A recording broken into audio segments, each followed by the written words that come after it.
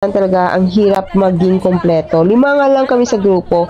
Pero means, nung Thursday, we celebrated our Christmas party. Actually, hindi naman ito bogang Christmas party. This is just a get-together with my friends. 5 kami sa grupo. And we are happy that we were able to complete it. Kahit yung isa ay medyo late nung dumating.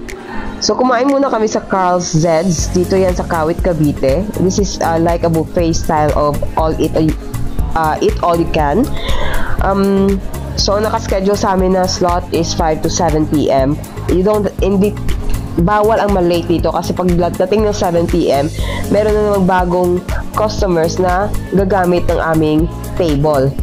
So, this is a buffet type. Ang kinuha naming eat all you can package is that 379 yata yun. So, you can eat everything they have here.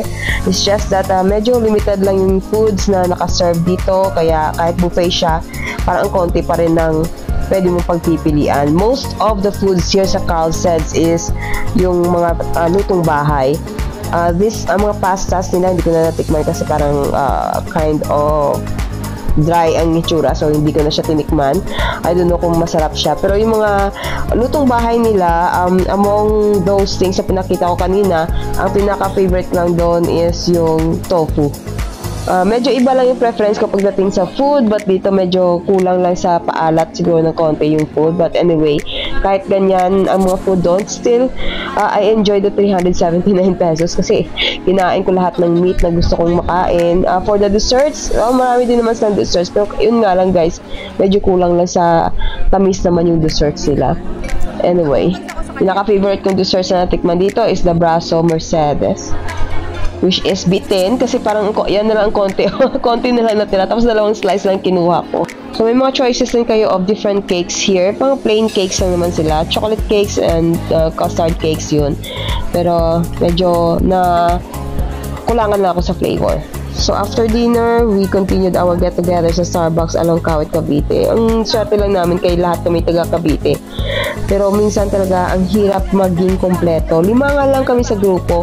Pero minsan may isa talagang absent, hindi kasama. And the usual places na napupunta namin sa Cavite, parang alam mo yun, hindi talaga pa bongga-bongga. Ang importante lang sa amin ay magkakasama kami just for few hours. So ayun, yeah, just share with you my yun lang. Just sharing with you how happy I am.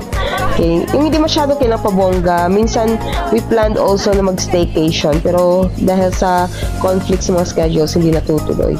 So, blessed na lang kami if matutuloy yan. Pero minsan, hindi talaga. Minsan, nag-aaway-aaway pa sa pagpaplano lang.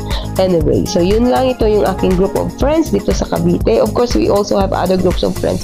So, kahit ilang oras lang yung sama-sama kami, we cherish that moment. So, kapag nag-get together kami ulit, iisipin na naman namin ito, i-reminisce naman namin itong mga nangyayaring to. So, yun lang. Ganun lang kami guys. Very simple, non-toxic, and we accept, and we are matured enough to accept our differences. So, ayun lang. Thank you so much for watching, and Merry Christmas everyone. Bye!